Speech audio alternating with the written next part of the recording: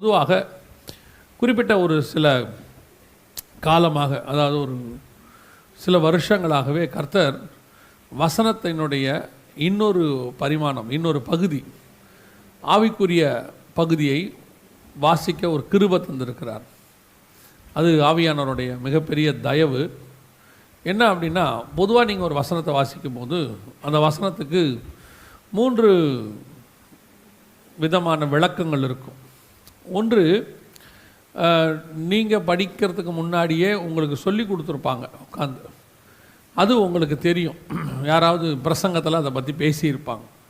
இது ஒரு வகையான உங்களுக்கு தெரிந்ததான சத்தியம் அந்த வசனத்தை பற்றி. ரெண்டாவது, நீங்கள் வாசிக்கும் போது, நீங்கள் தியானிக்கும் போது உங்களுக்கு சில வெளிப்பாடுகள் கிடைக்கும்.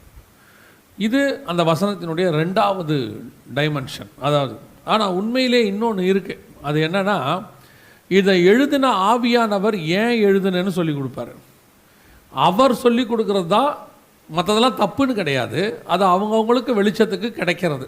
உதாரணமாக, இப்போ யோவான் ஸ்நானகனை பார்த்து ஜனங்களுக்கு அவன் சொல்கிற காரியங்கள் எல்லாத்தையும் பார்க்கும்பொழுது அவங்களுக்கு அவன் ஒரு மேசியாவை போல தெரிகிறான். அதனால் கேட்குறாங்க, நீங்கள் தானா அந்த மேசியானும் போது அவன் சொல்கிறான், நான் இல்லை. அப்போ அவங்களுக்கு ஜனங்களுக்கு ஒரு வெளிப்பாடு இருக்குது, இது யோவான் ஸ்நானகனா தான் இருக்குமோ அப்படின்னு. அது அவங்களுக்கு அவனை பார்க்கும் போது இருக்கிற வெளிப்பாடு. தப்பு கிடையாது. ஆனால் ஜனங்க காத்திருக்கிறாங்க, தாகத்தோடு இருக்கிறாங்க. அவங்களுக்கு அவனை பார்க்கும் போது ஒரு வெளிப்பாடு, இவன் தான் மேசியாவாக இருப்பானோன்னு. அவன் அது சொல்கிறான், இல்லை நான் இல்லை அப்படின்னு.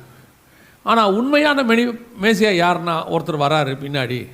அவர் வரும்போது அவனே சுட்டி காட்டுறான், இவர் தான் உலகத்தின் பாவத்தை சுமந்து தீர்க்கிற தேவ ஆட்டுக்குட்டி அப்படின்னு. இவங்க 2 பேருமே வசனத்துக்கான அடையாளம். எப்படின்னு கேட்டிங்கன்னா, யோவான் ஸ்நானனை பற்றி சொல்லும்போது வனாந்திரத்தில் கேட்கிறவருடைய சத்தம்னு இருக்குது.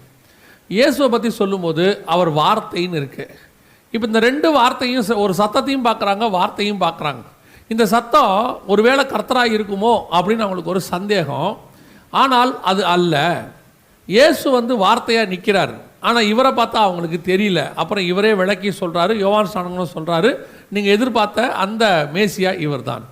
இதே மாதிரி தான் ஒவ்வொரு வசனத்துக்கும் நமக்கு சில காரியங்களை படிக்கும்போது வேறு மாதிரி தோணும். அது தப்பு கிடையாது, படிக்கலாம். ஆனால் அதனுடைய உண்மையான விளக்கம் ஒன்று இருக்கிறது பின்னாடி. அது அந்த வசனத்துக்குள்ள இருக்கும். அது ஆவியானவர் நமக்கு சொல்லிக் கொடுப்பார். எப்படி யோவான் ஸ்நானகன் இயேசுவை இவர் தான் தேவாட்டுக்குட்டின்னு சொல்லி கொடுத்தாரோ, அதே மாதிரி ஆவியானவர் நமக்கு சொல்லிக் கொடுப்பார். ஸோ அந்த வசனத்துக்கான பின்புலத்தை நீங்கள் புரிஞ்சு படிக்கலாம்.